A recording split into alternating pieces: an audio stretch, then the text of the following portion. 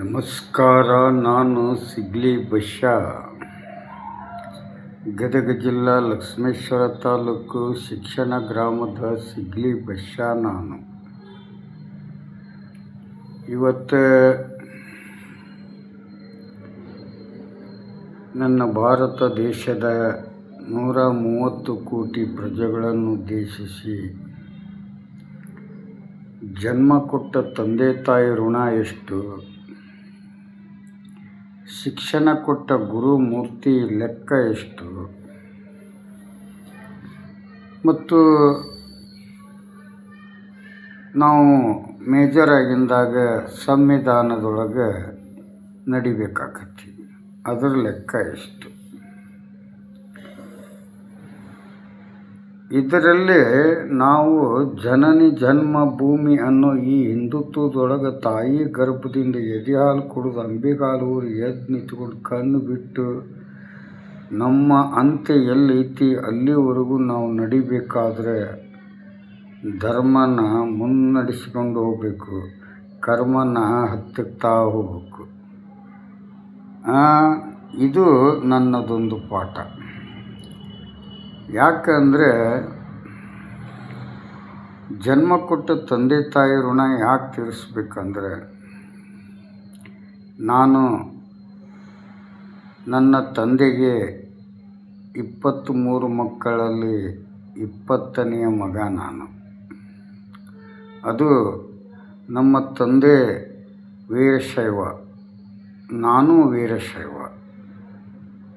ಯಾಕಂದರೆ ಇಬ್ಬರು ಹೆಂಡ್ರು ನಮ್ಮ ಅಪ್ಪನಿಗೆ, ಒಬ್ಬಳು ವೀರಶೈವದಕ್ಕಿ, ಒಬ್ಬಳು ಕುರುಬ ಕುಲದಕ್ಕಿ.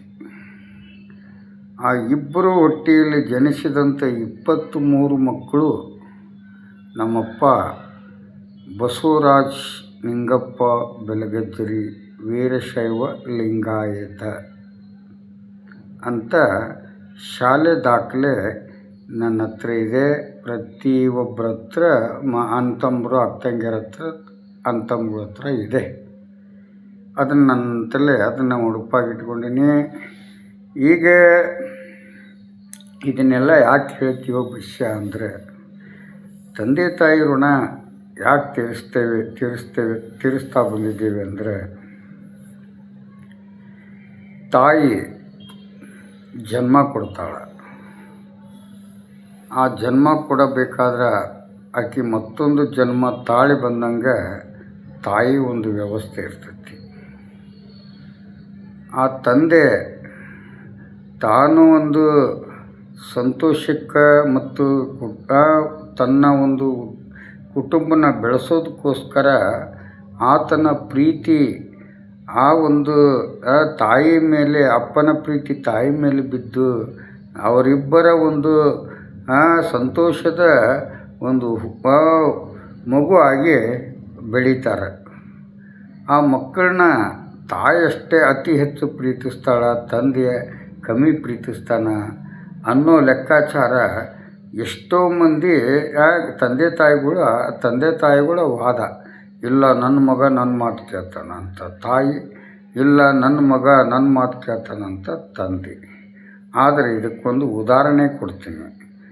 ಯಾರ ಶಕ್ತಿ ದೊಡ್ಡದು, ಯಾರ ಶಕ್ತಿ ಕಮ್ಮಿ, ಅಥವಾ ಇಬ್ಬರದ್ದು ಸಮಾನತೆ, ತಂದೆ ತಾಯಿದು ಇಬ್ಬರದ್ದು ಸಮಾನತೆ ಮಕ್ಕಳ ಮೇಲೆ ಇದೆಯೋ ಇಲ್ವೋ ಅನ್ನೋದ್ರ ಬಗ್ಗೆ ಒಂದು ಉದಾಹರಣೆ ಕೊಡ್ತೀನಿ.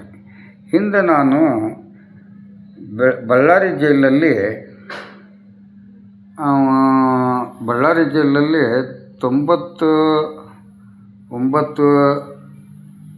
2000ರಲ್ಲಿ ನಾನು ಬಳ್ಳಾರಿ ಜೈಲಲ್ಲಿ ಇದ್ದಾಗ ಅಲ್ಲಿ ಒಬ್ಬ ಜೀವಾವಧಿಗೆ ಶಿಕ್ಷೆಗೊಳಗಾದಂಥ ಒಬ್ಬ ಖೈದಿ ನನಗೆ ಸಿಕ್ಕ.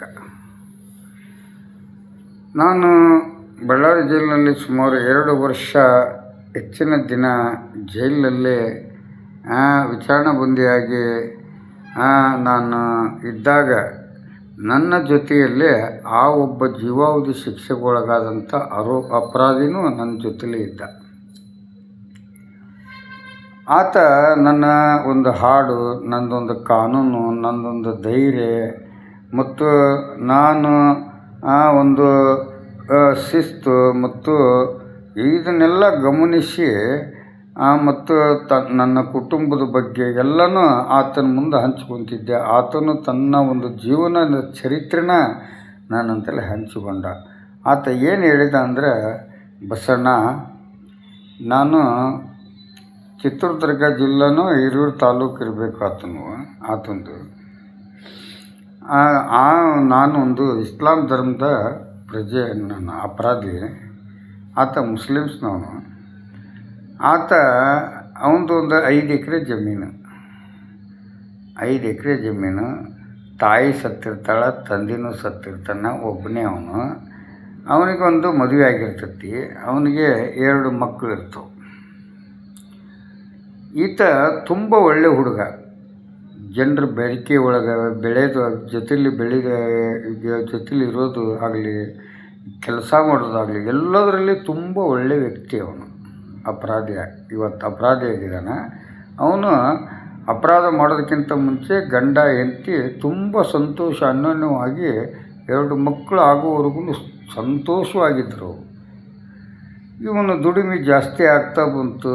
ಏನೋ ಒಂದು ತಲೆ ಹೊಕ್ಕು 1 ತಿಂಗಳು ಅಥವಾ 2 ತಿಂಗಳು ಆತ ಕುಡಿಯೋದು ಚಟ ಕಲ್ತ್ಬಿಟ್ಟ. ಅದು ಚಟ ಹೆಂಗೆ ಕಲ್ತಂದ್ರೆ, ಕಂಟಿನ್ಯೂ ಅವನು ಕುಡಿಲಿಲ್ಲ ಅಂದ್ರೆ ಸಮಾಧಾನ ಆಗ್ತಿದ್ದಿಲ್ಲ.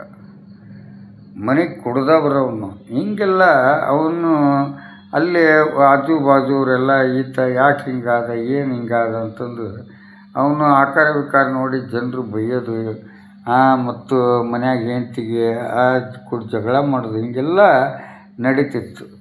ನಡೀತಾ ಬಂದಿತ್ತು. ಆಕೆ ಹೇಳ್ತಾ ಬಂದ್ಲು, ದಿನಾನು ಹೇಳೋಕೆ, ನೋಡಿ 2 ಮಕ್ಳು ಅದಾವು, ನಮ್ಗೆ ಜಮೀನು ಐತಿ, ಮತ್ತು ಅಂಗಡಿ ಇಟ್ಕೊಂಡು ನೀವು ವ್ಯಾಪಾರ ಮಾಡ್ತೀರಿ, ನಾನು ಮಕ್ಕಳನ್ನ ನೋಡಿಕೊಂಡು ಶಾಲೆ ಕಲಿಸ್ತೀನಿ, ನಮ್ಮ ಜೀವನದಲ್ಲಿ ಸಂತೋಷವಾಗಿದ್ದಾಗ ಇದು ಕುಡಿದು ನೀವು ಆರೋಗ್ಯ ಹಾಳು ಮಾಡ್ಕೊಳ್ಳಲ್ದೇ ಒಳ್ಳೆಯ ಹೆಸರು ತೊಗೊಂಡು ಇವತ್ತು ನೀನು ರೋಡ್ನಲ್ಲೆಲ್ಲ ಕಂಡವ್ರ ಕಡೆಯಿಂದ ಉಗಿಸ್ಕೊಂತೀಯಲ್ಲ, ನೀನು ಈ ಥರ ಮಾಡಿದರೆ ನಾನು ಹೆಂಗೆ ಬದುಕಲಿ, ನಾನು ಸತ್ತು ಹೋಗ್ತೀನಿ ಅಂತಂದು ನನ್ನ ಹೆಂಡತಿ ನನಗೆ ಹೇಳುತ್ತಿದ್ಲು.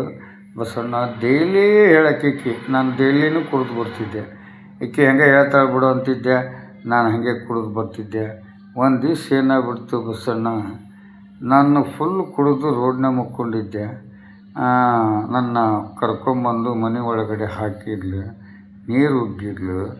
ಆವಾಗ ಸ್ವಲ್ಪ ನಿಶೆ ಇಳಿದಿಂದಾಗೆ ಎದ್ದೆ. ಹೇಳಿದ್ಲೆ, ನೀನು ಇದೇ ಥರ ಮಾಡಕತ್ತಿದ್ದಿ, ನಾನು ಬೇಜಾರು ನೋಡಿ ಬುದ್ಧಿ ಹೇಳಿದ್ರು ನೀ ಕೇಳಲಿಲ್ಲ, ನನ್ನ ಮಾತು ಅಂತಂದು ಆ ಮಕ್ಕಳಿಗೆ ಉಣ್ಣಾಕ ಒಂದು ಕಡೆ ಕುಂದ್ರಿಸಿದ್ಲು ಊಟಕ್ಕೆ. 2 ಮಕ್ಕಳಿಗೂ, ಒಂದು ಹೆಣ್ಣು ಒಂದು ಗಂಡಿಗೆ. ಆ ಮಕ್ಕಳು ಉಣ್ಣಾಕತ್ತಿದ್ವು. ಇವನಿಗೆ ನಿಶೆ ಹಿಡಿದ್ಗಡ್ಲೆ ಎದ್ದು ಅವನಿಗೆ ಎಬ್ಸಾಕಂತ ಬಂದಾಕಿಗೆ ಆತನಿಗೂ ಆಕೆ ಗಂಡನಿಗೆ ಭಾಳ ಬೈಯಾಕತ್ತಿದ್ಲು.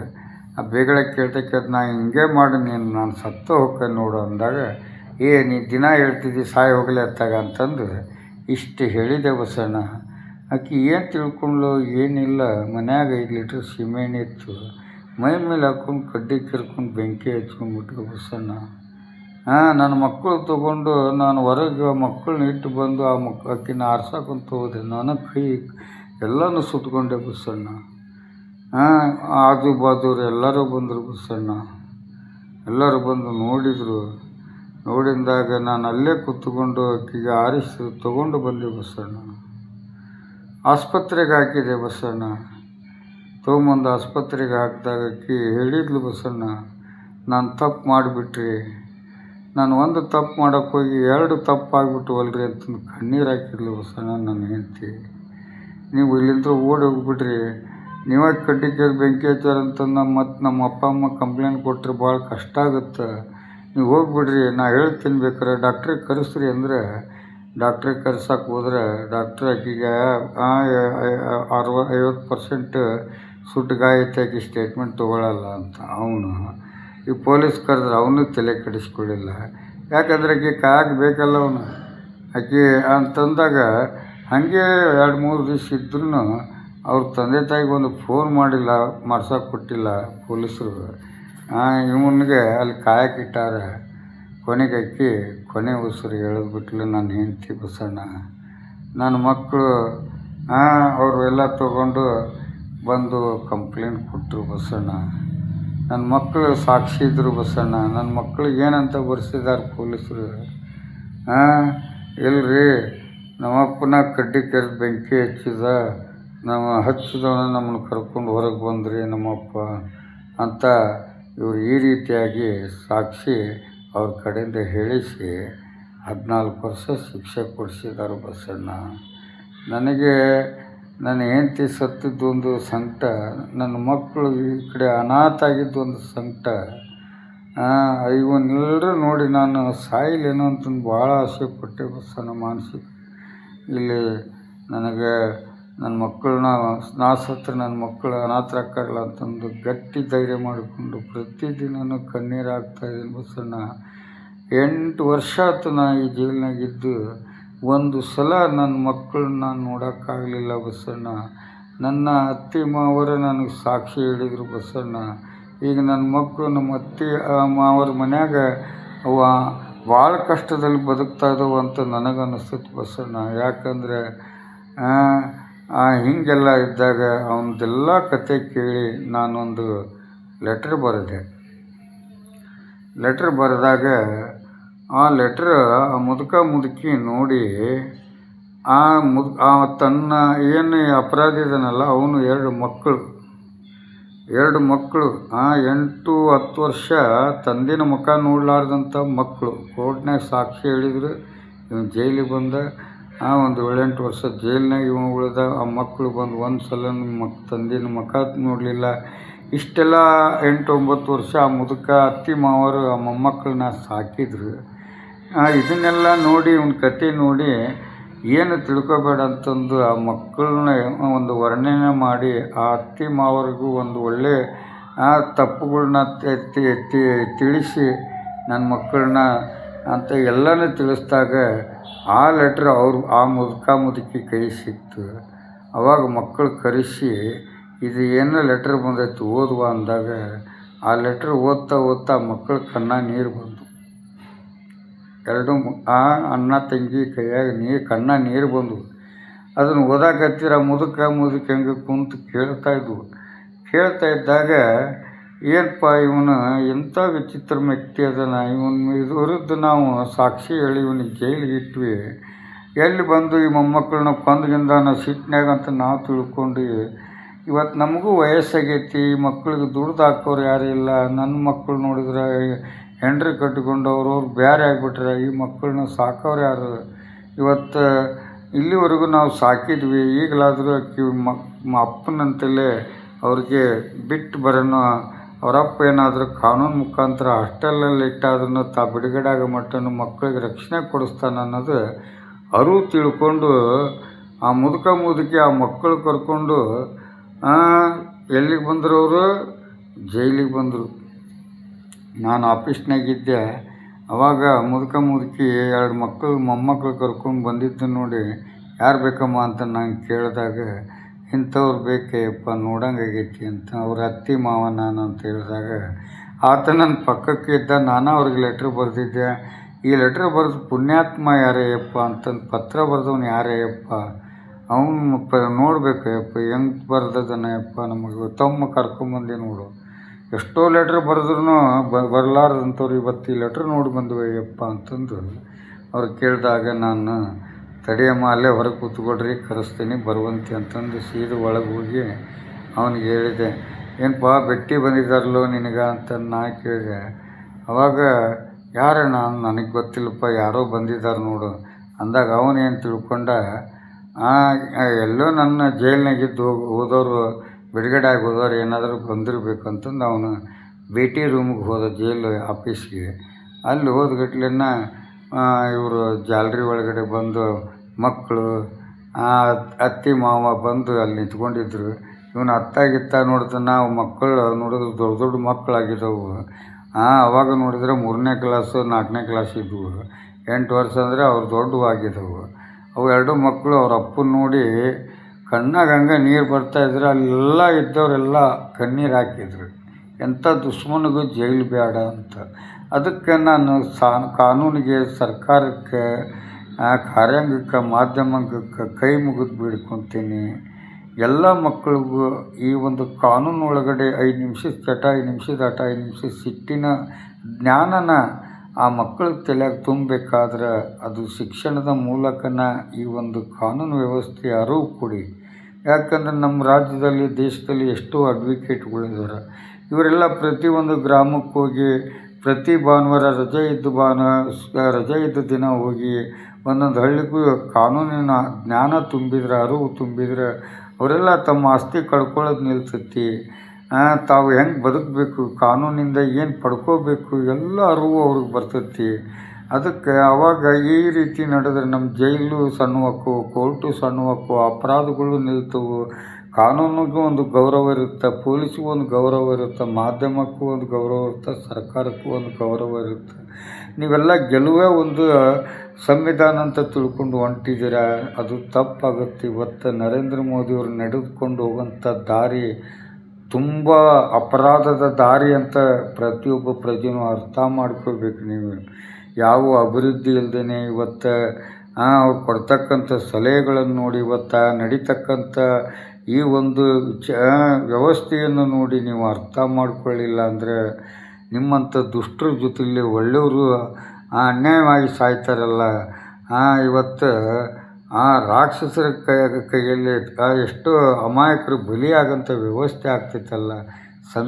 ಇಂಥ ಸಂವಿಧಾನ ಯಾವ ದೇಶದಲ್ಲಿನೂ ಇರಲಾರ್ದಂಥ ಈ ಭಾರತ ದೇಶಕ್ಕಿದ್ದಂಥ ಈ ಸಂವಿಧಾನಕ್ಕೆ ಅವಮಾನ ಮಾಡಿ, ರಾಷ್ಟ್ರಧ್ವಜಕ್ಕೆ ಅವಮಾನ ಮಾಡಿ, ರಾಷ್ಟ್ರಗೀತೆಗೆ ಅವಮಾನ ಮಾಡಿ, ನೀವೆಲ್ಲ ಯಾವ ಒಂದು ಇತಿಹಾಸ ಕಟ್ಟಕ್ಕೆ ಹೊಂಟಿದ್ದೀರಪ್ಪ ಪುಣ್ಯಾತ್ಮರ.